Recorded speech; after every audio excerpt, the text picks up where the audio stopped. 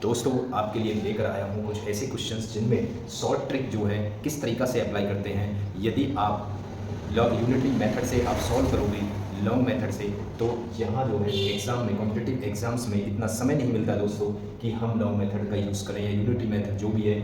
लेकिन यहाँ मैं शॉर्ट ट्रिक बता रहा हूँ, देखते रहिए। और हाँ दोस्तों, सक्षम माइंड भी चैनल है, यदि क्लास 10th की तैयारी करनी है तो उस पर विजिट करें। यदि कॉम्पिटिटिव एग्ज़ाम्स की तैयारी करनी है तो सक्षम प्रतियोगिता पर मैं पढ़ा ही रहा हूँ आपको। क्वेश्चन नंबर 1 है, price of a commodity has increase 60%, by what percent must a consumer reduce the consumption of the commodity so as not to increase expenditure।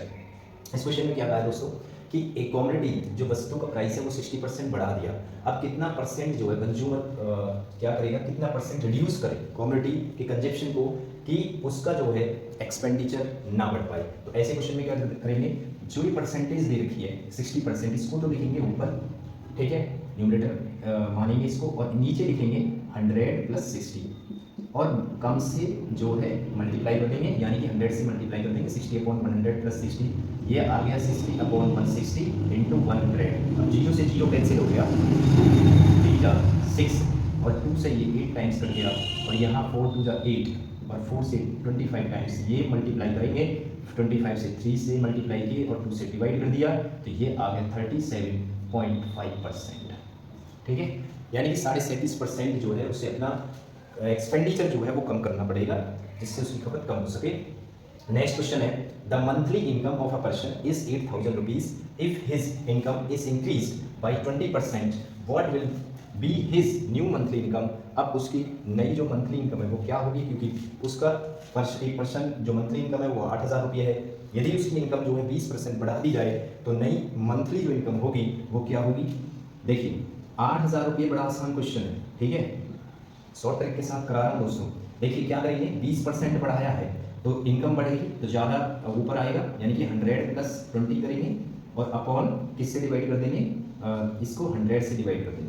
यहाँ 2 0 से 2 0 कैंसिल हो गए, 80 × 120, और इसका आंसर आ गया है दोस्तों 9,600 रुपीज़, ठीक है। नेक्स्ट क्वेश्चन है, a shopkeeper makes the prices of his goods at 40% higher than original price. देखिए शॉपकीपर क्या करता है, अपने सामान को बेचने के लिए वो ओरिजिनल प्राइस जो है उस पर 40% बढ़ा देता है, और क्या करता है उसके बाद after that he allows a discount of 20%, और 20% का डिस्काउंट भी देता है। तो व्हाट प्रॉफिट और लॉस डज ही गेट। अब उसको प्रॉफिट होगा या लॉस होगा, ये फॉर्मूला अप्लाई कर दो, A + B, A × B/100, ठीक है। तो हम क्या करेंगे, देखिए अगर 40% हायर किया है यानी कि ज़्यादा किया है तो यहाँ पॉजिटिव आएगा 40%, फिर माइनस करेंगे क्योंकि 20% का डिस्काउंट दे रहा है दोस्तों। क्यों, देखिए कस्टमर को लुभावने के लिए उसने हायर, पहले तो उस पर ओरिजिनल प्राइस पर बढ़ा दिया, फिर डिस्काउंट दे दिया कि कस्टमर समझे कि भाई हमें जो है डिस्काउंट मिल रहा है, लेकिन फिर भी वो प्रॉफिट कमा रहे हैं शॉपकीपर। देखिए बड़ी चालाकी के साथ, तो 40%, अब यहाँ 20% माइनस कर देंगे, और यहाँ क्या करेंगे, अब देखिए 20% क्योंकि डिस्काउंट है तो माइनस, तो अब यहाँ A × B यानी कि 40 × 20 और अपॉन 100, ये क्या आ जाएगा, 40 में से लेस करेंगे 20, तो 20 आया, और 2 0 से 2 0 कैंसिल, 4 2 = 8, और ये आ गया 12%। अब दोस्तों देखिए पॉजिटिव में आया है, ठीक है, तो यहाँ पॉजिटिव में आया है, ये जो है प्रॉफिट होगा इसको। अगर यहाँ माइनस में आता तो लॉस हो जाता।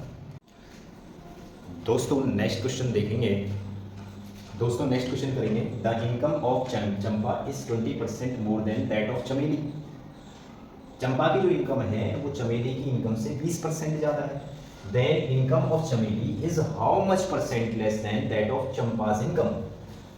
तब जो है चमेली की जो इनकम है वो कितने % कम है चंपा की इनकम से। अब देखिए दोस्तों, कुछ स्टूडेंट्स या जो कैंडिडेट्स हैं जो एग्ज़ाम में एग्ज़ाम देते हैं वो सोचेंगे कि यार 20% ज़्यादा कह रहा है तो इसकी कितनी कम होगी, उसकी भी 20% कम होगी, लेकिन ऐसा नहीं है दोस्तों। इस क्वेश्चन में क्या करेंगे कि हमेशा ऐसे क्वेश्चन, देखिए कितने % कम होगी, यहाँ पहले निकालेंगे उसके बाद ही पता चलेगी। देखिए 20% कहा है तो 20% दोस्तों ऊपर लिखेंगे, फिर नीचे जो है क्योंकि मोर देन कह रहा है इसलिए 100 में +20 कर देंगे, और इनटू 100 से मल्टीप्लाई। अब यहाँ देखिए 20/120 × 100, 0 से 0, 2 से 2, 6 12, ठीक है। अब यहाँ 100/6 आ गया, फिर ये 2 से कट जाएगा, 50/3 आ जाएगा, और 50/3 का मतलब है कि 16 एट 1/2%, ठीक है। तो दोस्तों नेक्स्ट क्वेश्चन करेंगे। देखिए क्वेश्चंस को देख के ना घबराना नहीं है। अगर आपने ट्रिक सीख ली, मेथड सीख लिया, देखिए मेथड इसमें क्या अप्लाई कर सकते हैं। तो चमेली की इनकम मैंने मान ली 100 रुपीज़, ये चमेली हो गई, चमेली, और ये चंपा हो गई। अब ऐसे क्वेश्चन को करने के लिए दोस्तों देखिए कितनी ज़्यादा है, 20 ज़्यादा है, 20 ज़्यादा है, 20 को ऊपर लिख लिया। अब 100 देखिए किससे ज़्यादा है, चंपा से ज़्यादा है, तो चंपा इनकम तो 20/120 करेंगे 200। The salary of a worker is first increase by 15% and then it is increase by 15%। देखिए सॉरी, यहाँ जो है 2 बार इंक्रीज किया है, इसको डिक्रीज कर लेते हैं।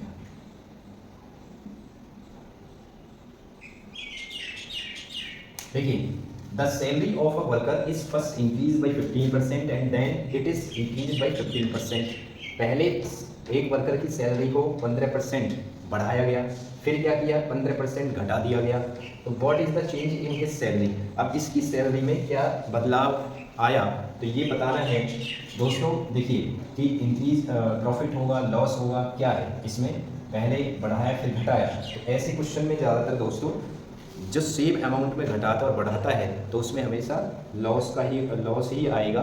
देखिए इसमें कौन सा फॉर्मूला यूज़ करेंगे, a प्लस बी प्लस, यानी कि a प्लस माइनस कर दो, पहले वाला जो फॉर्मूला अभी बताया था, a प्लस बी प्लस, तो ये माइनस AB/100।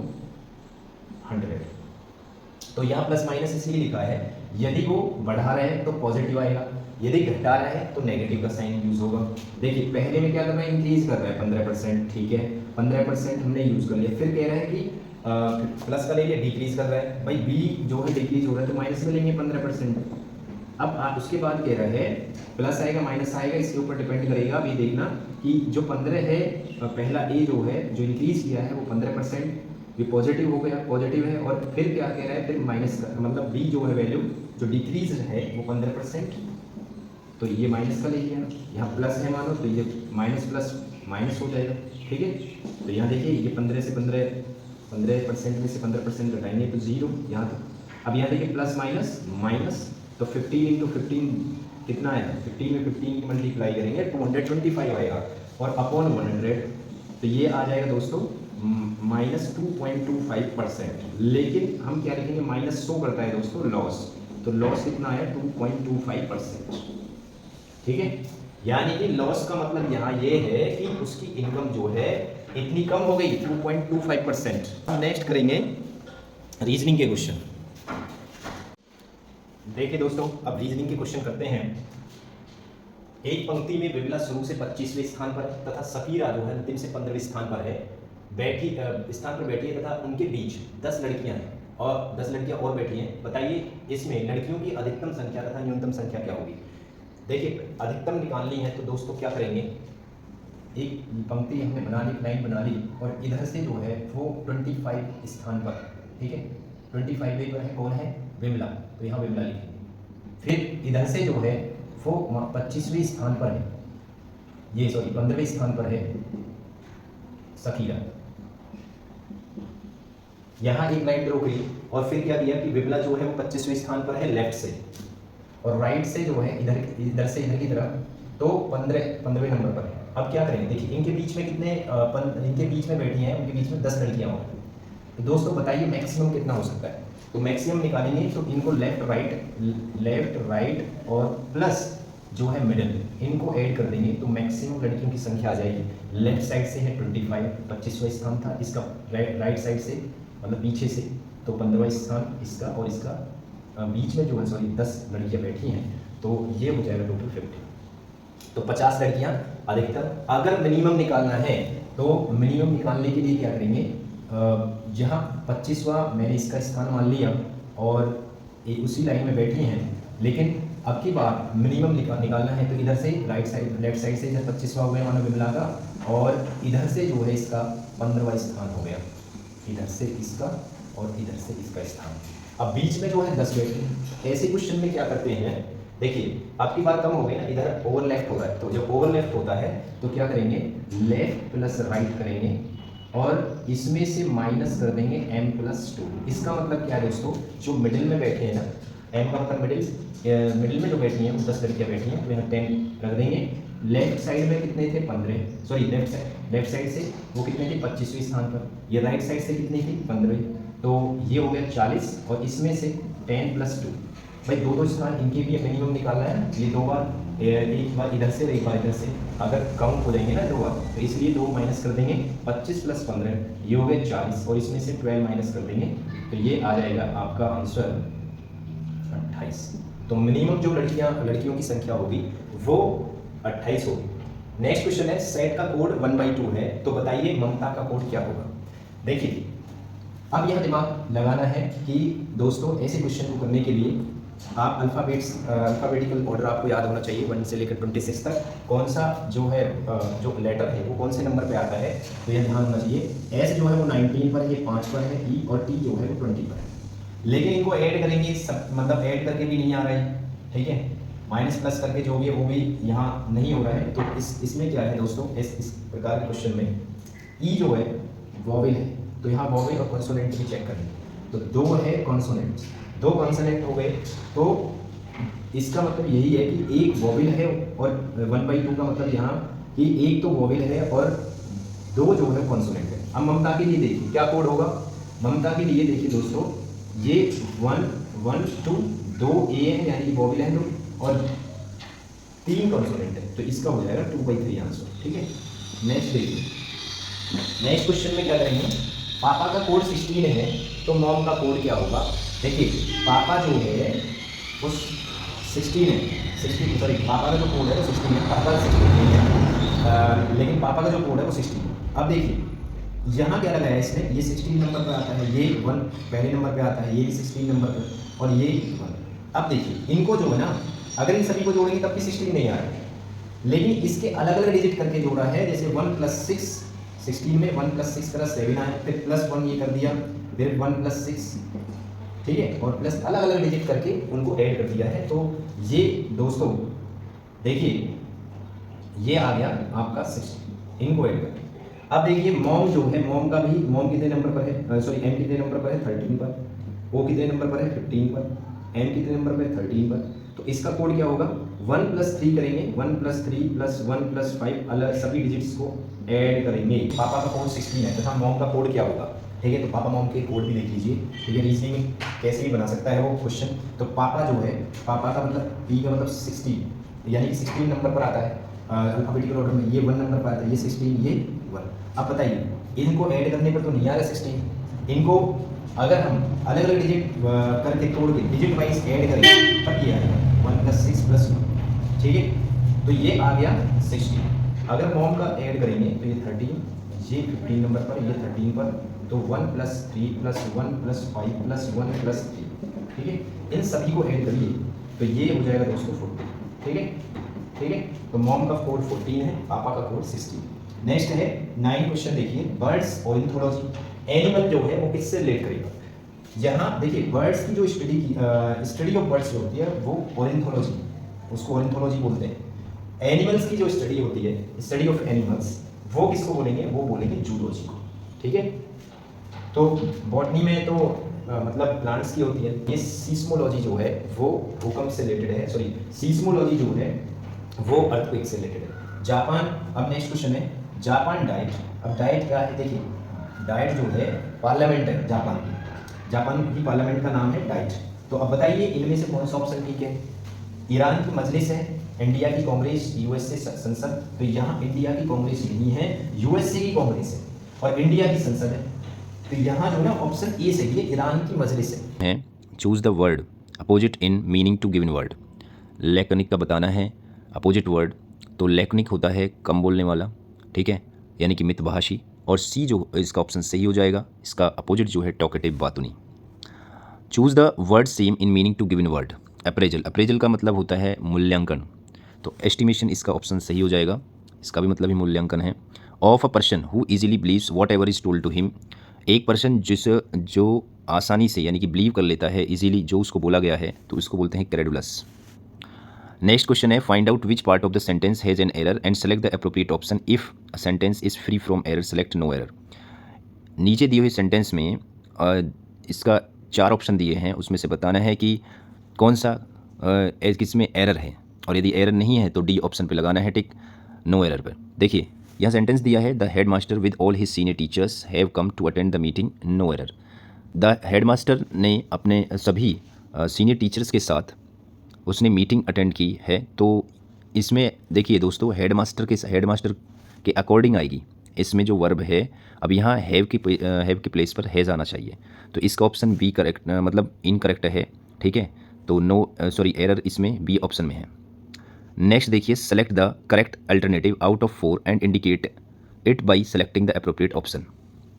तो इसमें देखिए, one between the investments in fossil fuels and those in wind power solar cell and geothermal energy is that the latter will supply energy in. तो इनमें देखिए fossil fuels में और wind power solar cell and geothermal energy में जो बड़ा difference है, एक बहुत बड़ा अंतर है, ठीक है। Is that the latter will supply energy in renewability. तो इसमें ऑप्शन जो है सी आ जाएगा, वन बिग डिफरेंस। तो फॉसिल फ्यूल्स और जो रिन्यू होने वाली एनर्जी है उसके, तो इसमें ऑप्शन सी सही है। भारतीय संविधान का कौन सा अनुच्छेद लोकसभा या राज्यसभा के सांसदों की अयोग्यता डिस्क्वालिफिकेशन से संबंधित है। तो यहाँ आगे दोस्तों जीके के क्वेश्चंस पर, which article of the Indian constitution deals with the disqualification of the MPs of Lok Sabha और राज्यसभा। तो अभी डिस्क्वालीफाई किया गया है, यानी कि डिस्क्वालिफिकेशन से जो संबंधित आर्टिकल है तो वो है ऑप्शन डी, यानी कि अनुच्छेद article 102।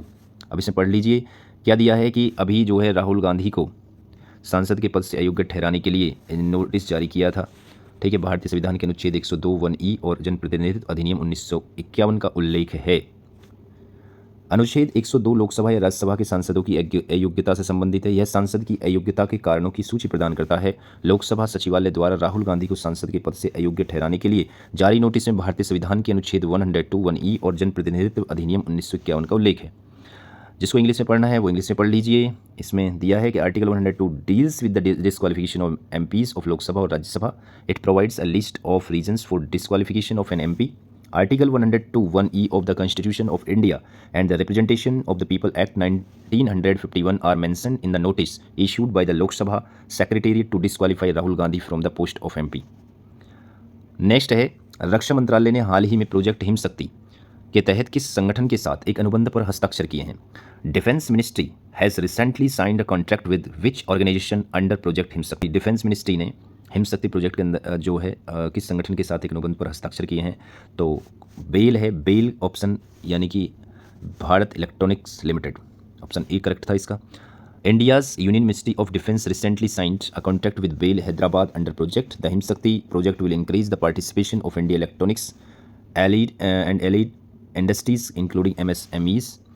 Under this project, 2 integrated electronic warfare systems will be manufactured at a total cost of about 3,000 crore rupees. तो हिमशक्ति प्रोजेक्ट जो है वो रिसेंटली इसके लिए साइन किया गया है, जो यूनियन मिनिस्ट्री डिफेंस है, और यहाँ हिमशक्ति प्रोजेक्ट जो है वो इंक्रीज़ करेगा इंडियन इलेक्ट्रॉनिक्स और यानी कि MSMEs जो इंक्लूडिंग इंडस्ट्री है उसके पार्टिसिपेशन में। और इस प्रोजेक्ट के अंतर्गत जो इलेक्ट्रॉनिक वॉरफेयर सिस्टम वो मैन्युफैक्चरिंग, उसमें टोटल जो कॉस्ट आएगी 3,000 करोड़ रुपीज़ की। अब ठीक है दोस्तों, इसको पढ़ लेना। नेक्स्ट है, during which governor general was Punjab annexed to the British empire lord Bentinck. अब इसमें ऑप्शन दिया हुआ है, देखिए किस गवर्नर जनरल के काल में पंजाब को ब्रिटिश साम्राज्य में मिलाया गया था। तो इन 4 ऑप्शन में से कौन सा करेक्ट है, इसमें है Lord Dalhousie, option A. Punjab was merged on the borders of Lord Dalhousie. The treaty took place on 29 March 1849. Punjab का विलय लॉर्ड डलहौजी के आदेश पर किया गया था। संधि 29 मार्च 1849 को हुई थी। नेक्स्ट क्वेश्चन है, अमरकंटक की पहाड़ियों में कौन सी नदी निकलती है। तो इसका ऑप्शन दोस्तों क्या होगा, नर्मदा नदी, ठीक है, यानी कि which river originates from the hills of the Amarkantak. तो नर्मदा नदी मध्य प्रदेश में अमरकंटक की पहाड़ियों से निकलती है। बेतवा नदी विंध्याचल की पहाड़ियों से, जबकि ताप्ती नदी जो है मध्य प्रदेश में सतपुड़ा से निकलती है। ठीक है, ये काफ़ी क्वेश्चंस पूछे जाते हैं एग्जाम में, कॉम्पिटिटिव एग्जाम से, तो इनको ध्यान से पढ़ना दोस्तों। इसलिए थोड़ा डिटेल में भी बता दिया है मैंने जो जीके के क्वेश्चंस हैं। अब ये देखिए इंग्लिश में भी दिया है कि the Narmada river originates from the Amarkantak hills in Madhya Pradesh, the Betwa river originates from the Vindhyachal hills, while the Tapti river originates from the Satpuras in Madhya Pradesh. Next है अरब सागर की राजधानी किसे कहा जाता है। ये क्वेश्चन इंपॉर्टेंट है और ये पूछा गया है। Which is called the capital of the Arabian sea. तो इसका ऑप्शन है दोस्तों कोची बंदरगाह, Kochi port. Kochi port is called the capital of the Arabian sea. Kochi बंदरगाह को अरब सागर की राजधानी कहा जाता है। थैंक यू दोस्तों। यदि वीडियो पसंद आई हो तो शेयर, लाइक, सब्सक्राइब करें और हाँ दोस्तों अपने रिलेटिव्स और फ्रेंड्स को भी सेंड करें।